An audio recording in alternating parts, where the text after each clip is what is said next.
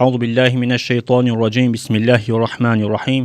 Me emrin e Allahut mëshiruesit mëshirbërësit. Allahun e falenderojmë, për ti falje, ndihmë, udhëzim dhe shpëtim kërkojmë. Salavatet dhe selamet qofshin për edukatorin e njerëzimit, mëshirën për mbar botrat. Selamet qofshin për familjen e tij të pastër, shokët e tij besnik dhe mbi gjithë ata që e ndjekin dhe do të ndjekin rrugën e pejgamberit sallallahu ta'ala alaihi wasallam deri në ditën e Kiametit. Të nderuar ju teleshikues të TV Muftinis dhe ndëgjues të Radio Vatit, jeni në valët 88.4 të Radio Vatit në emisionin fetar Këshilla e Xumas, që emetohet çdo të premte para namazit të Xumas. Unë, udhëheqësi i emisionit Irfan Sulejmani, referent në Muftinin e Shkupit, ju përshëndes me përshëndetjen e banorëve të xhennetit. Assalamu alaikum wa rahmatullahi wa barakatuh. Paqja, mëshira dhe begatitë e Allahut qofshin mbi të gjithë ju. Mysafirët e sotëm kemi hoxhën e nderuar Zia Efendi Ismaili Hatip në xhamin e Nerezit. Hoxhë nderuar, me sejdhat në emisionin tonë të radhës Këshilla e Xumas. Sëgjeta, faleminderit për ftesën. Faleminderit edhe nga ana jo. Të nderuar teleshikues dhe ju ndëgjues të Radio Vatit, tema e sotme që do të elaborojmë së bashku me hoxhën e nderuar është arsyeja e jetës. Hoxhë nderuar, apo na krijojnë arsye për jetë? Bismillahirrahmanirrahim. Falenderimet ja përcjellin vetëm Allahut xhaleshanuhu për gjitha mirësitë dhe begatitë që ne po i gëzojmë në jetën tonë. Përshëndetjet tona për zemër ta qofshin mbi Muhammed Mustafa alayhis salam, për edhe mbi gjithë ata që me mundësitë e veta mundohen ta ndjekin rrugën e tij, derisa Zoti na dhuron shëndetin e trupit, shëndetin e mendjes dhe shëndetin e imanit në jetën tonë inshallah. Fillimisht falenderojmë Zotin që jemi pjesëtar dinit Islam, jemi pjesëtar të ummetit Muhammed Mustafa alayhis salam. Po të njëjtën kohë na dalloj mes qindra mira dhe miliona kresave tjera me logjikën e shëndosh, veçori e cila neve na bën jetën tonë ta njohim të mirën, ta vlerësojmë të bukurën dhe ta shëntrojmë të shenjtën. Zakonisht kur prezantojnë këta hyrjet në mesin e hoxhallarëve, përdorim si shprehje falenderojmë Zotin që jemi pjesëtar të dinit Islam edhe pjesëtar të ummetit Muhammed Mustafa alayhis salam. Mirë, po jo çdo herë ne pyesim se cila është begatia e të qenurit pjesëtarit dinit Islam edhe pjesëtarit ummetit Muhammed Mustafa alayhis salam. Na gjithë e dim rastin e Musaut alayhis salam, ishte pejgamberi vetëm i cili kishte një lloj bashkëbisedë direkte me Zotin, dhe një herë tha: "O Zoti im, Tevratin tim që ti ma ke zbritur po shkruan për një popull i cili do ta filloj ushqimin me bismillah dhe do ta përfundoj me elhamdulillah, vetëm për hir të këtij veprimi ti do t'u falësh gjitha gjunohat e ditës." O Zot, populli kuj do t'jetë ky? Allahu tha: "O Musa, do t'jetë populli Muhammedit." Përsëri Musa alayhis salam tha: "O Zot, po lexoj për një popull i cili do t'jetë dëshiron ta vepron një të keqe, po vetëm prej frikë respekti ndaj teje do ta stopoj, ti do t'ja shënosh sikur se ka vepruar një të mirë."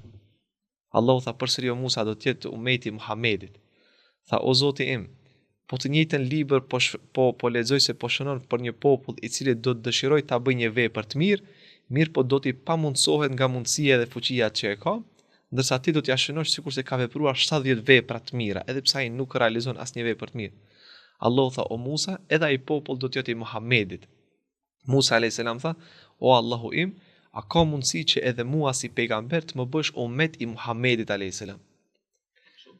Do thotë se vetë Musa alayhis salam, pejgamber i Allahut, e ka ditur peshën edhe privilegjin që ne po e gëzojmë në kohën tonë. Për atë na duhet të themi vetvetes, jemi ummet i një pejgamberi i cili vazhdimisht ka krijuar arsye për jetë edhe vazhdimisht jetën tonë e mbulon me arsye të bukura të jetës. Bota në cilën ne po jetojmë realisht në kohën tonë, me zhvillimet e tepërta për të na lehtësuar jetën tonë të komunikimit mes njerëzve, sikurse po na vdes pak arsyet për jetë, sikurse po na vdes pak edhe marrjen serioze të jetës, nga se aq tepër e kemi digitalizuar edhe jetën tonë, sikurse arsyet e jetës edhe ndezjen e kandilave imanore të jetës tonë i kemi paksa të zbehura. Për atë në çdo herë për të krijuar arsye të jetës në jetën tonë, duhet i kthemi orientimeve fetare të Kuranit dhe mushan e të jetës Muhammed Mustafa alayhis salam. Është një rast mjaft i bukur derisa Resulullah alayhis salam startoi për ndërtimin e xhamisë parë, Mesjidul Quba, në mesin e gjithë atyre punëtorëve të cilët po mirreshin me krijimin edhe ndërtimin e tullave për ta ndërtuar xhamin, ishte edhe Amr ibn As. Ai ishte në moshë shumë i vogël, mirë po të njëjtën kohë ishte edhe i dobët me shëndet. Gjithë ata shokët e pejgamberit alayhis salam që me gëzim të madh ndërtonin xhaminë e parë, e mbanin nga një tull, kurse Amri i mirë të dy tulla. Pejgamberi alayhis salam tha: "O Amr, nuk ke nevojë aq shumë të lodhesh, nga se jemi me numër të plotë dhe gradualisht do ta ndërtojmë këtë objekt fetar." Mirë, po përgjigja e Amr ibn Asit ishte mjaft e bukur. Tha: "Ja Resulullah, unë nuk po lodhem se po ndërtojmë një xhami. Unë po lodhem se po ndërtojmë një qytetërim, po ndërtojmë një kulturë, po ndërtojmë një shoqëri, po ndërtojmë një parlament, po ndërtojmë një vend ku do të jetë vendi i bashkimit të ummetit. Na nuk po ndërtojmë vetëm faltore për të adhuruar Zotin, po ndërtojmë një kulturë edhe një vend ku do të bashkohen të gjithë ata të cilët e adhurojnë Zotin në formën më të mirë." Sikur Amr ibn Asit deshi ti tregoj Resulullahit alayhis salam, angazhimi im të cilën unë po e bëj vetëm për ngritjen e jetës fetare dhe shoqërore, mua në vetveten time po më krijon arsye për jetë. Parat ishte një grua në kohën e pejgamberit alayhis salam e cila e bëri një gjuna, edhe shkoi te pejgamberi alayhis salam tha: "Ja Resulullah, të lutem ma jep dënimin të cilën e meritoj." Resulullah alayhis salam e ktheu dhe tha: "Vazhdo rrugën tënde." Ditën e nesërme përsëri erdhi, mirë po me një pikëllim shpirtëror. Tha: "Ja Resulullah, të lutem më pastro derisa jam në dynjë, që mos ta marr dënimin kur të shkoj në ahiret." Edhe ditën e tretë erdhi me një pikëllim edhe më të madh, edhe me një keqardhje edhe më të madhe për veprimin që e kishte vepruar. Dhe sa Resulullah alayhis salam tha: "Vetëm vazhdo rrugën, do t'i vi koha kur do t'i vi koha kur unë do të orientoj se atë është pranuar pendimi ajo." Mirë, po pas ditës tretë kjo grua vdiq, edhe gjithë njerëzit thanë: "Ja Resulullah, çfarë ndodhi me pendimin e asaj grua?" Resulullah alayhis salam ju tha: "Pendimin që ajo e bëri për mëkatin që e kishte vepruar, sikurse e gjithë Medineja të pendoheshte, nuk do të mundeshte ta arrijnë fuqinë e pendimit që kishte ajo grua." Sikurse Resulullah alayhis salam deshi ti tregoj, ti je pjesë e një dinit që vazhdimisht krijon arsye për jetë. Vetëm mjafton tek Zoti të bashkohemi dhe të afrohemi me pendim të sinqert. Nga se Islami çdo herë i ka hapur dyert e arsyes për jetë, edhe për gjunaqarin, edhe për atë cilën ende nuk ka mundur ta gjen veten në jetën e tij. Hansa me një betejë në Mekë i vdiq një vëlla, edhe atë shumë bërtiste edhe vajtonte për vdekjen e vllaut, saqë gjithë Mekëja e kuptoi pikëllimin. Mirë, po kur erdhi në Medinë, i vdiqën 3 djemtë e tij, edhe as pak nuk qonte dhe dilte para njerëzve thonte elhamdulillah. Krejt njerëzit u habitën, thanë: "Hansa, derisa ishin në Mekë të vdiq vllau, krejt Mekëja e kuptoi dhimbjen e vdekjes. Kurse tani të kanë vdekur 3 djem, edhe po buzëqeshë edhe po thua elhamdulillah." Tha: "Derisa isha në Mekë, nuk isha pjesë e Islamit. Tani që erdha në Medinë, jam pjesë e një dinit i cili vazhdimisht krijon arsye për jetë."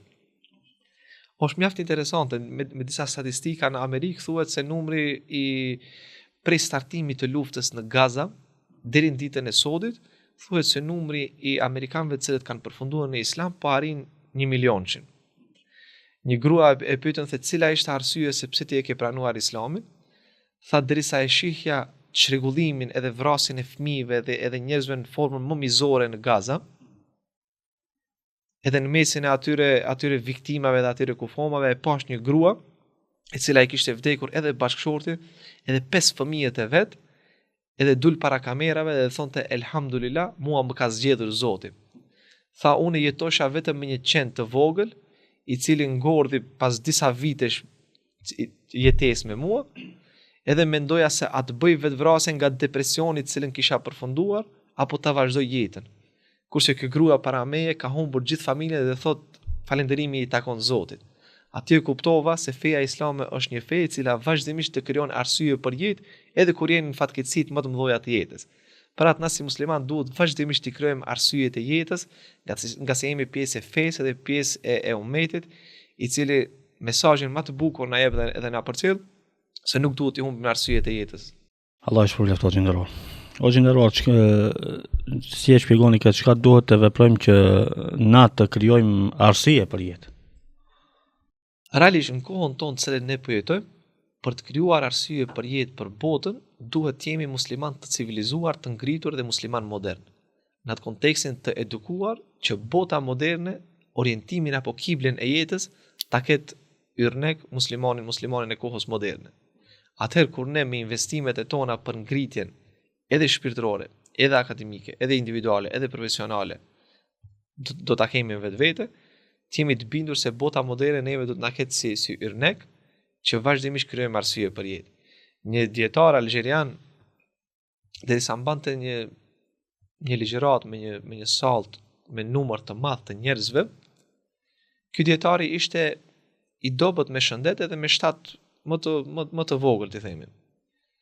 Mirë po nga publiku, u ngrit një njeri shtat madh me një thik në dorë edhe vendosi që t'i afrohet edhe t'a sulmon, t'i bëj një atentat t'i dietarit të njohur algerian. Mirë po momentin e afrimit që u afrua kë atentatorit, të themi, dietari algerian vetëm e preku me dorën e tij në shpatull dhe ai më njëherë u rrëzua. Krejt njerëzit këtë skenën kur e pan, dhe thanë se si mund një njeri atë shtat madh të rrëzohet vetëm me tërheqjen e këtij dietarit i cili ishte më i dobët edhe me shëndet edhe me fizik të tij.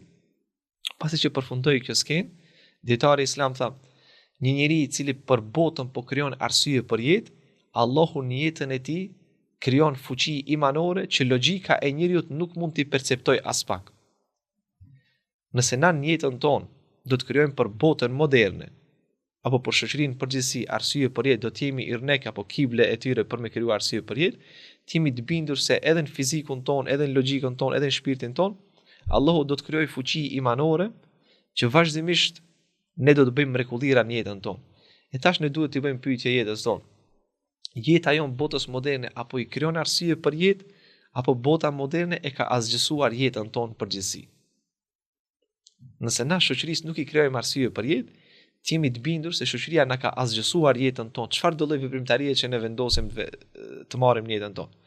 Për ato është interesant krijimi i busullës, që bota sot po e gëzon për orientimet më të mira detare dhe ajrore dhe toksore. Busulla u krijuar nga një musliman në kohën e tij.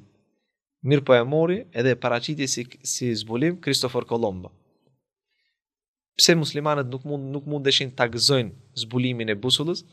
Se në kohën kur ky musliman e zbuloi busullën për orientimet e jetës, në këtë kohë muslimanët u mirshin me tema edhe me çështje të cilët nuk tipnin në arsye për jetë, edhe zbulimet e mëdha i asgjësonin, derisa përfundojnë dorën e Christopher Columbus, ku ai jetonte me një shoqëri që vazhdimisht kërkonte arsye jetë dhe vazhdimisht kërkonte zbulime edhe ndriçime të jetës, edhe vetë shoqëria e mori dhe vendosin pjedesalin më të lartë si zbuluesi një mjeti i cili bota sot po e gëzon fuqishëm. Hoxha ndërrohet, çfarë ndodh me një shoqëri që nuk ka arsye jete? Kjo është e kriza më e madhe që ndoshta na po jetojmë në jetë.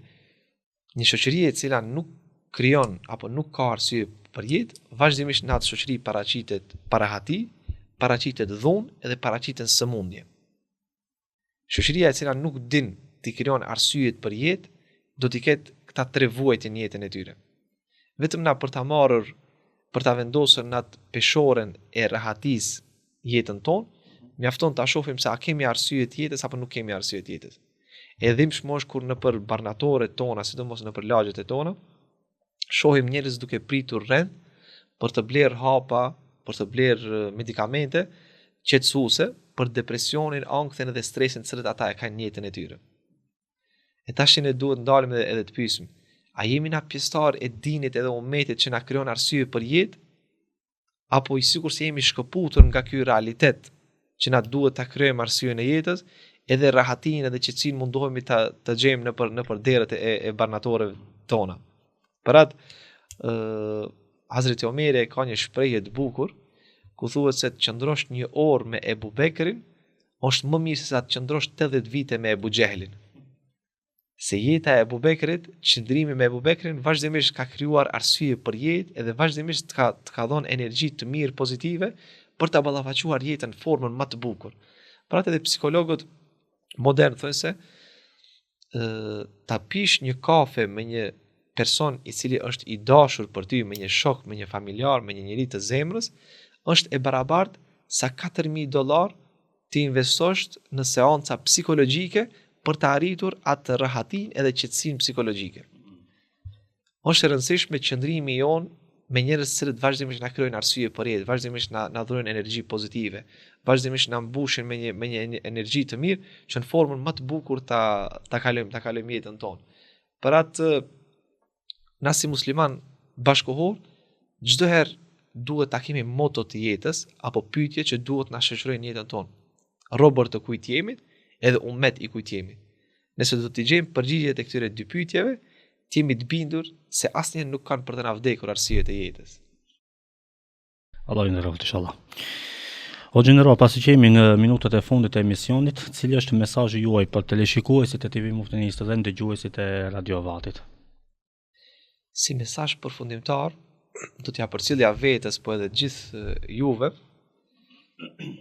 arsye çfarë do lloj apo t'i themi në çfarë do lloj fortune dhe në çfarë do lloj brenge që ne jemi në jetën tonë, në çfarë do lloj dështime dhe ulje që i kemi në jetën tonë, asnjëherë nuk duhet t'i humbim arsyet e jetës, fillimisht të bëhemi arsye për jetë për shoqërinë, edhe të njëjtën kohë të krijojmë njerëz të cilët do të bëhen arsye për jetë edhe për neve.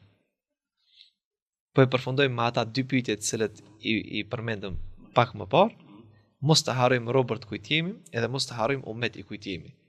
Derisa këta do të kemi pyetje orientuese të jetës tonë, arsyet për jetë vazhdimisht do të lulëzojnë jetën tonë, po të njëjtat arsye me shpresë dhe lutje të përbashkëta do të na shoqërojnë me bereqetet edhe në botën tjetër inshallah. Amin inshallah. O gjenderuar, Allahu ju shpërbleft për elaborimin e temës dhe shpresojmë që këshillat e juaja kanë qenë të dobishme për teleshikuesit e TV Muftinisë dhe ndëgjuesit e Radio Vatit. Faleminderit edhe jush, Zoti ju shpërbleft, u dhash shumë suksese në këtë.